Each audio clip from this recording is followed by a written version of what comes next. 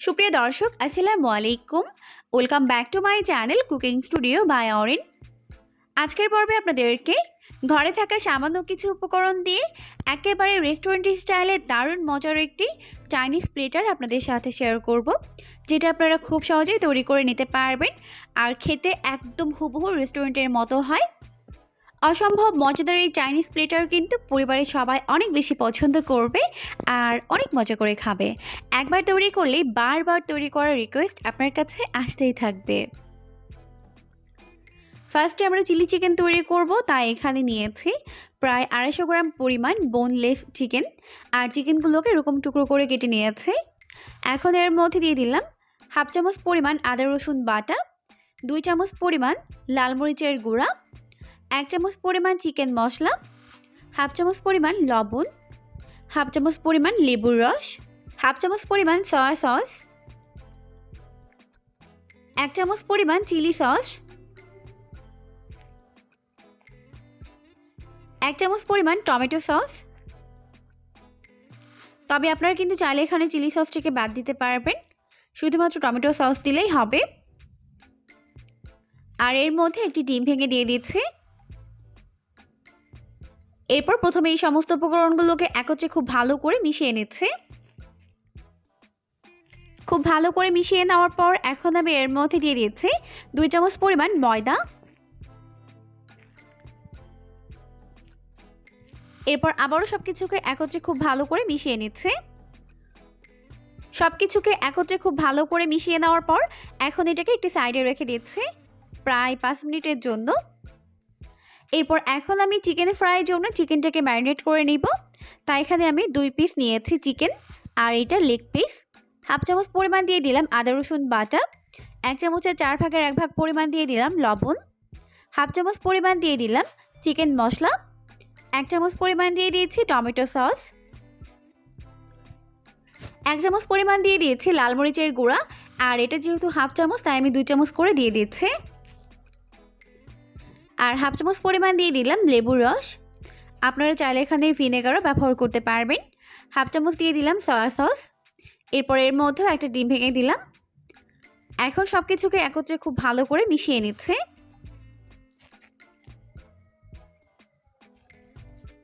মেশানো হয়ে গেলে এরপর আমি এর মধ্যে দিয়ে দিয়েছি প্রায় 2 টেবিল চামচ পরিমাণ ময়দা। এখন ময়দা দিয়ে আবারও খুব ভালো করে এগুলোকে একত্রে মিশিয়ে নিচ্ছে। আর ময়দা এখানে বাইন্ডিংয়ের কাজ করবে। তো ভালো করে মিশিয়ে নেওয়া হয়ে গেলে এরপর এটাকেও আমি একটা সাইডে রেখে দিয়েছি প্রায় 10 মিনিটের জন্য। এখন আমি ফ্রাইড রাইসটিকে তৈরি করে নিব। এই জন্য চুলায় একটা প্যান বসিয়ে এর মধ্যে দিয়ে দিলাম 2 টেবিল চামচ পরিমাণ সয়াবিন তেল। আপনারা এখানে চাইলে ঘি বা বাটারও ব্যবহার করতে পারবেন। হাফ চামচ পরিমাণ দিয়ে দিলাম রসুন কুচি আর হাফ চামচ পরিমাণ আদা কুচি। এখন এইগুলোকে তেলের মধ্যে একটু ভেজে নিচ্ছে। ভেজে নেওয়ার পরে আমি এখানে কিছু সবজি অ্যাড করে দিচ্ছি। আমি এখানে গাজর, ফুলকপি, বাঁধাকপি আর ক্যাপসিকাম নিয়েছি আর এখানে কিছু লাল সবুজ কাঁচামরিচ নিয়েছি। এখন এগুলোকে একত্রে খুব ভালো করে তেলের মধ্যে একটু ভেজে নিতে হবে।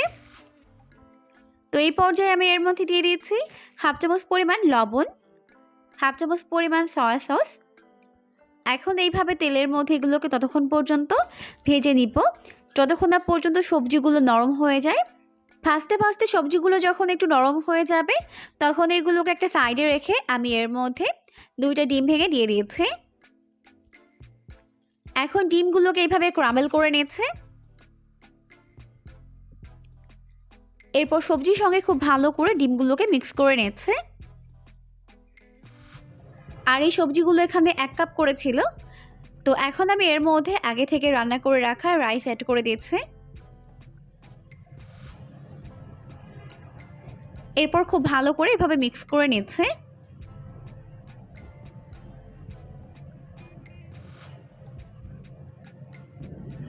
উল্টে পাল্টে খুব ভালো করে মিশিয়ে নিয়েছে। এখন আমাদের ফ্রাইড রাইস রেডি। আর আমি কিন্তু এখানে স্বাদ মতো লবণ দিয়ে দিয়েছি। এখন এটাকে চুলা থেকে নামিয়ে নিচ্ছে।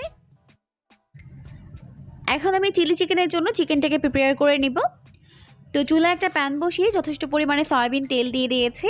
তেল ভালোভাবে গরম হয়ে গেলে এর মধ্যে একটি একটি করে চিকেনের টুকরোগুলোকে দিয়ে দিচ্ছি। এখন মিডিয়াম আঁচে চিকেনগুলোকে খুব ভালোভাবে উল্টে পাল্টে ফ্রাই করে নিব। উল্টে পাল্টে চিকেনগুলোকে খুব ভালোভাবে ফ্রাই করে নেওয়া হয়ে গেছে। এখন আমি চিকেনগুলোকে তেল ঝরিয়ে তেল থেকে উঠিয়ে নিচ্ছি।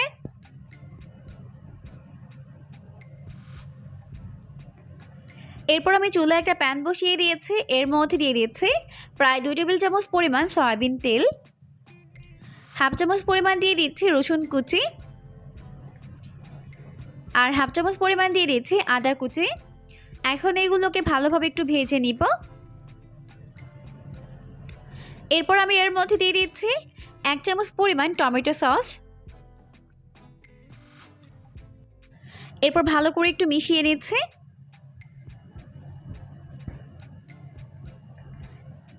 এরপর 2 চামচ পরিমাণ দিয়ে দিচ্ছি চিলি সস, আর হাফ চামচ পরিমাণ দিয়ে দিচ্ছি সয়া সস। এখন এগুলোকে আবারও খুব ভালো করে একটু মিশিয়ে নিব। এরপর আমি এর মধ্যে কিউব করে কেটে নেওয়া পেঁয়াজ আর ক্যাপসিকাম দিয়ে দিচ্ছি, দিয়ে খুব ভালোভাবে উল্টে পাল্টে এগুলোকে মিশিয়ে নিচ্ছে। তো এইভাবে প্রায় 1 মিনিটের মতো আমি এটাকে রান্না করে নিয়েছি। এখন আমি এর মধ্যে 2 টেবিল চামচ পরিমাণ কর্নফ্লাওয়ার আর 4 টেবিল চামচ পরিমাণ পানি দিয়ে মিশিয়ে রেখেছিলাম, ওইটাকে দিয়ে দিয়েছে। এখন ভালোভাবে এটাকে রান্না করে নিতে হবে। এখন আমি এর মধ্যে স্বাদমতো লবণ দিয়ে দিচ্ছি। এরপর আগে থেকে ফ্রাই করে নেওয়া চিকেনগুলোকে এর মধ্যে দিয়ে দিচ্ছে।